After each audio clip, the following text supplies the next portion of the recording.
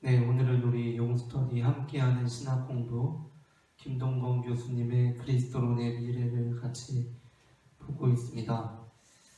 오늘은 제4장 구원론의 쟁점들을 같이 보도록 하겠습니다.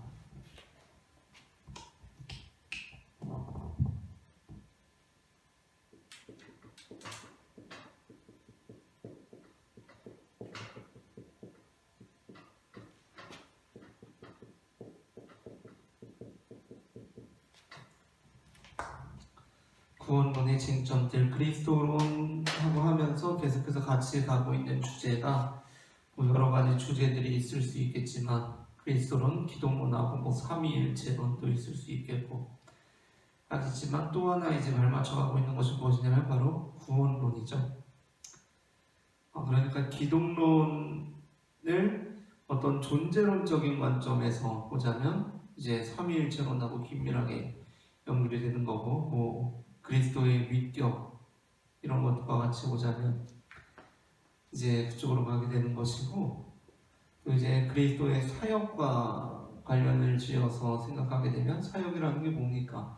실제적으로 예수님께서 이 땅에 가서 하신 일, 또 가장 핵심적으로는 십자가에서 죽임당하시고 부활하신 그 사역을 중점으로 볼 때는 구원론하고 또 연결되어서 할 수밖에 없어요. 그래서 오늘 이제 구원론이고, 그 다음 장도 보게 되면 구원과 관련된 장입니다. 그 다음 장은 이제 은혜와 협력, 하나님의 은혜와 인간의 협력. 그 다음 장 같은 경우는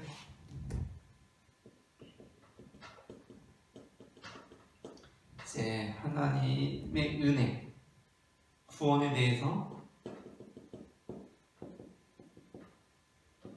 하나님의 은혜와 어떤 인간의 협력, 그러니까 노력, 인간의 의지, 이러한 것들에 대해서 다음 장에 다루게 되는 것이고, 오늘은 이제 구원론의 쟁점과 관련해서 특별히 어떤 구원의 범위, 또 구원의 범위에 대해서 다룬다라고 할 수가 있을 것 같아요. 그 뒷부분에 가면은 구원의 어떤 현재성이라든지, 구원의 현재성이라는 것은 무엇이냐면, 이제 우리가 구원을 보통 생각할 때 구원받는다는 게 뭡니까? 예수님 믿고 구원받았습니다라고 하는 것은 받았다라는 어떤 현재적인 과거적인 그런 표현을 쓰고 있지만, 보통 이제 죽어서 천국 가는 거죠. 이 천국은 이제 죽어서 시간적으로 미래에 가는 것이고, 또 공간적인 의미도 있죠. 공간적으로 지금 이 땅 안에 다른 어떤 곳에 가게 된다는 거잖아요. 근데 이 천국이 아니라 현재, 지금 임하는 이 구원에 대해서 이제 뒷부분에 가서는 말하고 있고, 그리고 또 이제 다차원성에 대해서도 말합니다. 구원의 다차원성이라는 것은 무엇이냐면, 우리는 보통 구원을 굉장히 개인적인 차원으로 이해한다는 거예요. 개인, 그렇죠? 나의 구원 이런 걸로 이해를 하는데, 그것뿐만 아니라 구원의 다차원성이라는 건 구원의 어떤 사회적, 또 생태적 차원에서의 어떤 구원에 대해서 말을 하고 있습니다. 오늘은 이제 이러한 것보다도 이제 그 중간에 나오고 있는 구원의 어떤 범위에 대해서 중점적으로 이제 다루게 될 것 같고,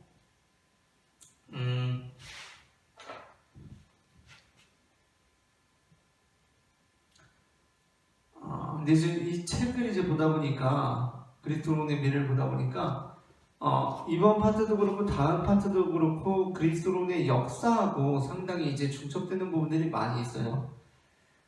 내용적으로도 그렇고, 그리고 더러 이제 각주상에도 그 부분을 이제 기록해두고 있는데, 그리스도론의 역사를 또 이제 어떤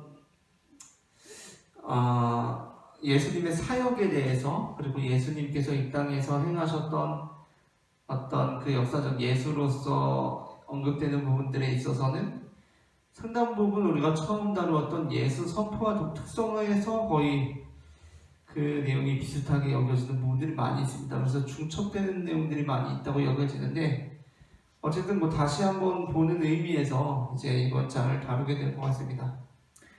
구원의 범위에 대해서 이제 두 가지 입장이 있다는 걸 보죠. 제한 구원이 있고 만유 구원이 있다는 거죠. 제한 구원은 어떤 특정한 제한된 사람들만 구원을 받는다는 거고, 만유 구원은 여기에서 이제 나타나는 만유 구원의 어떤 뉘앙스는 온 만물이 다 구원받는다는 겁니다. 우리 만인 구원이라고도 하잖아요, 그렇죠? 만인 구원, 모든 사람들이 다 구원받는다는 것을 넘어서 모든 만물이 다 구원받는다, 그거보다 더 넓은 어떤 개념이라고 할 수가 있겠죠. 이 두 가지에 대해서 다루게 됩니다. 그러면서 가장 먼저 나오고 있는 인물은 어떠한 인물이냐면 바로 오리게네스라는 인물을 말하고 있어요. 오리게네스 어떠한 사람이죠? 오리게네스 만유구원을 주장했던 사람입니다. 만유구원. 심지어 이제 만유구원 우리가 그리스도인의 역사하면서 오리게네스에 대해서도 한번 다뤘었는데, 오리게네스를 우리가 딱 접하게 되면 가장 충격적인 것이 하나 있어요. 뭐죠? 바로 마귀구원이죠. 마귀구원. 결국엔 마귀도 구원받는다는 겁니다. 오리게네스 부분을 한번 보겠습니다.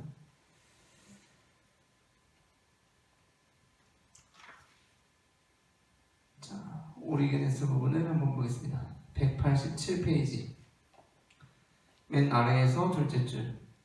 오리게네스에게 무가치한 악은 구원의 대상이 아니지만 창조에서 파생된 존재인 마귀는 구원받는다. 이런 겁니다. 오리게네스의 주장. 그 187페이지 맨 위에서 셋째 줄 볼까요?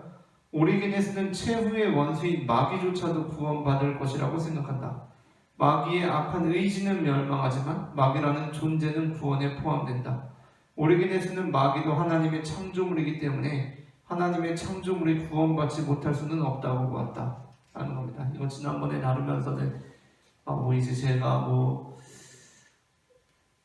제가 학창시절에 교회에서 뮤지컬 하면서 사람이 한 명 부족해서 결국에는 마귀가 나중에 회개하고 그러한 내용으로 이야기를 나눴던 적도 있는데, 어쨌든 오리게네스의 핵심은 뭐냐면 마귀도 구원받는다. 이게 이제 우리에게 굉장히 충격적으로 다가오는 부분이에요. 그 189페이지의 맨 아래에서 일곱째 줄. 오리게네스에게 구원의 범위는 모든 존재의 구원이다. 모든 존재는 성부에게서 비롯되고 성자를 통해 창조되었다. 하는 겁니다. 그래서 모든 존재 구원이 만유 구원.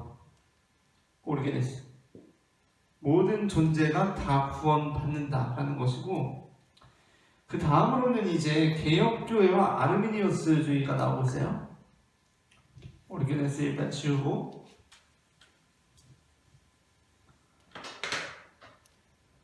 개혁교회와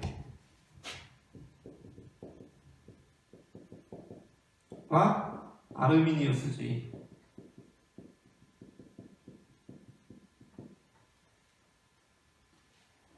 나오고 있는데, 개혁교회 우리가 지난번에 다루었었지만, 개혁교회라고 하면 이제 보통 어떤 걸 의미한다고 했냐면, 우리나라의 이제 장로교회, 예를 들어 기장 빼고 한신대학교를 중심으로 한 기장교단을 빼고 어떤 장로교회, 우리나라 예장, 통합, 합동, 고신 이런 쪽들의 분위기라고 보면 됩니다. 그런 어떤 개혁교회, 어떤 주 특징이 이제 칼빈주의로 이제 특징 지어줄 수 있는 어떤 개혁교회적인 입장이 있고, 알미니우스주의는 뭐냐면 우리 이제 책에도 나오지만 알미니우스주의가 나중에 이제 웨슬리에게 영향을 주고 존 웨슬리에게 영향을 주고 이제 감리교에 영향을 줬다라고 하는데 이제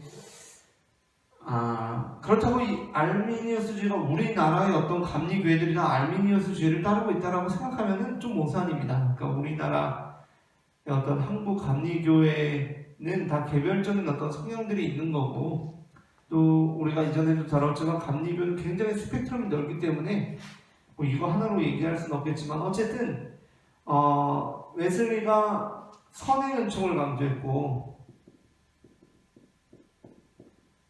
선의 은총을 강조했기 때문에 어떤 웨슬리 신학의 뿌리에는 아르미니우스주의가 분명히 있다라는 것은 이제 분명한 사실입니다. 그게 한국교회 감리교회에서 반영이 되고 있든지 안 되고 있든지 그건 엄연한 사실이에요. 어쨌든 개혁교회와 이제 아르미니우스가 이제 비교가 되는데 개혁교회는 뭐예요? 제한권입니다. 제한권. 그래서 개혁교회는 이제 칼빈주의로 나오는 예정론이 나오죠. 예정론. 심지어 더 나아가서는 이중예정론. 구원받을 사람, 구원받지 못하는 사람 하나님께서 다 예정해 주셨다 라고 해서 구원은 제한된 사람들만 받는 겁니다. 제한된 사람들만. 이제 반면 아르미니우스주의는 뭐예요? 아르미니우스주의를 뭐 제한권이다 만유권이다 말할 수는 없겠지만 아르미니우스주의는 어쨌든 모든 사람에게 하나님의 그 선행적 은총이 가 있다는 거예요. 모든 사람에게. 모든 사람들에게 하나님의 선행적 은총이 임했다, 가 있다 라고 이렇게 이야기를 하는 겁니다.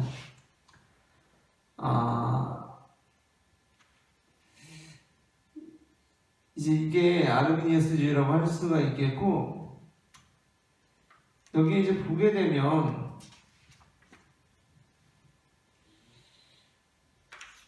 (195페이지) 맨 아래에서 5째 줄 6째 줄. 여기부터 보겠습니다. 한 7째 줄. 도르트 회의에 따라 제한 숙제론이 받아들여졌고 아르미니우스주의는 파문되었다. 근데 어떤 개혁교회적인 입장에서 파문이 된 거예요. 하지만 아르미니우스주의는 없어지지 않고 영국 국교회에서 상당히 뿌리를 내렸으며 웨슬리와 감리교에 영향을 끼쳤다.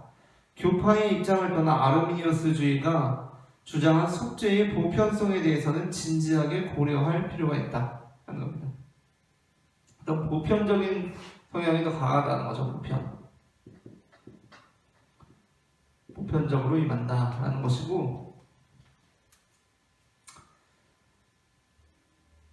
이제 이 다음에 나아가서는 현대적인 논의에 대해서 다루고 있는데 바로 바르트와 몰트만.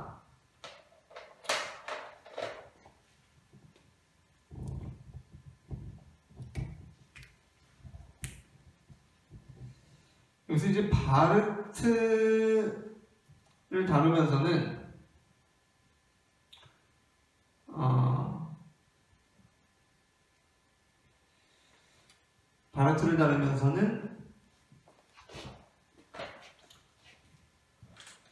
그러니까 바르트가 개혁교회에서 한국 뭐 장로교회나 이런 쪽에서 바르트를 인정을 하는지는 의문이에요. 그러니까 바르트조차도 상당히 이제 제 개인적인 생각으로는 받아들여지지 않는 상황이 많을 것으로 생각이 됩니다. 그러나 어쨌든 우리 교재에서는 바르트를 어떤 개혁교회적인 입장에서 새로운 해석을 제시한 신학자로 제시하고 있어요. 바르트 시작하면서 196페이지에 보면 개혁교회의 제한 숙제로는 오랫동안 정통교리의 위치에 유지했다. 제한 숙제론의 새로운 해석을 제시한 신학자는 바르트이다 하는 겁니다. 어쨌든 칼 바르트라는 학자인데 칼 바르트는 이제 제한 구원론에 있어서 무엇을 강조하냐면 하나님의 전적인 주권을 강조하고 있어요.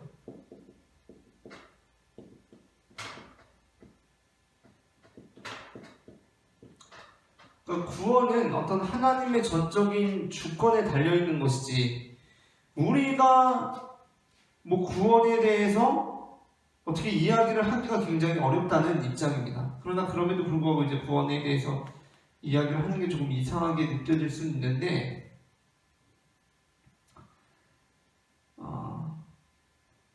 어쨌든 하나님께서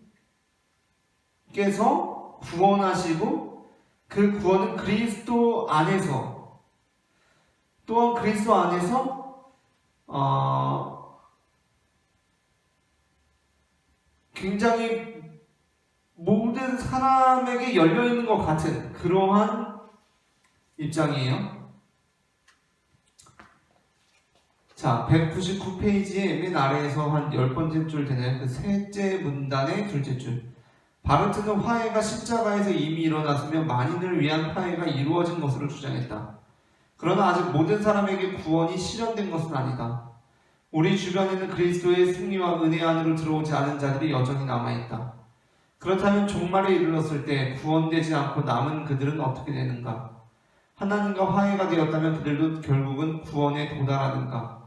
만인 구원론에 대한 많은 의문이 따라왔다. 그러나 바르트는 만인 구원론에 대해 직접적인 대답은 하지 않았다라는 겁니다. 어쨌든 바르트의 어떤 예수 그리스도 안에서 이루어진 그런 어떤 우리 객관적 화해와 보편적인 속죄가 만인 구원론의 뉘앙스를 풍긴다는 것은 이제 우리 교재에서 지적되고 있는 내용이고요. 그리고 이제 마지막으로 몰트만.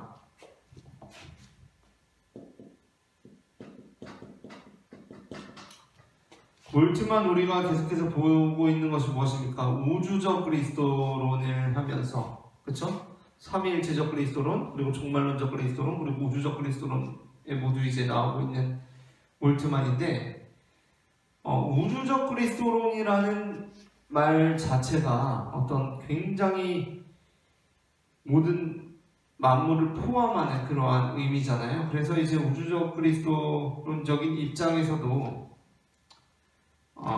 몰트만은 굉장히 만유 구원론적인 그러한 입장에 서 있다라는 겁니다.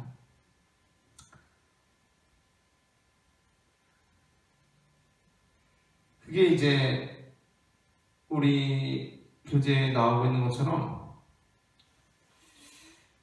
몰트만에 대해서 나오고 있는 부분이고요. 그래서 최후 심판이나 지옥의 파괴 같은 부분, 이제 지옥의 파괴 같은 부분은 우리가 앞서 그리스도론의 역사하면서도 다루었던 적이 있어요. 그래서 예수님께서 음부에 내려가시고 하셨던 성서의 내용이죠. 베드로전서 3장 19절, 4장 6절 이러한 내용들 관한 부분이고, 그래서 이제 여기 교재에 맞춰지면서 이번 장도 그렇고 다음 장도 그런데 중요하게 나오고 있는 게 있습니다. 뭐냐면 우리 대체 하나님께서 구원하실 때 구원의 범위가 어떻게 되냐, 제한되어 있느냐, 만유를 다 구원하느냐의 문제를 다루고 있는데, 이 문제를 성서를 근거로 삼을 수가 없다는 겁니다. 성서를 근거로 삼을 수가 없어요. 그러니까 성경에서 이렇게 말하고 있잖아 라고 주장을 할 수가 없다는 거예요. 왜 그러냐면 성경에 대해서는 다 말하고 있기 때문이에요. 성경에서는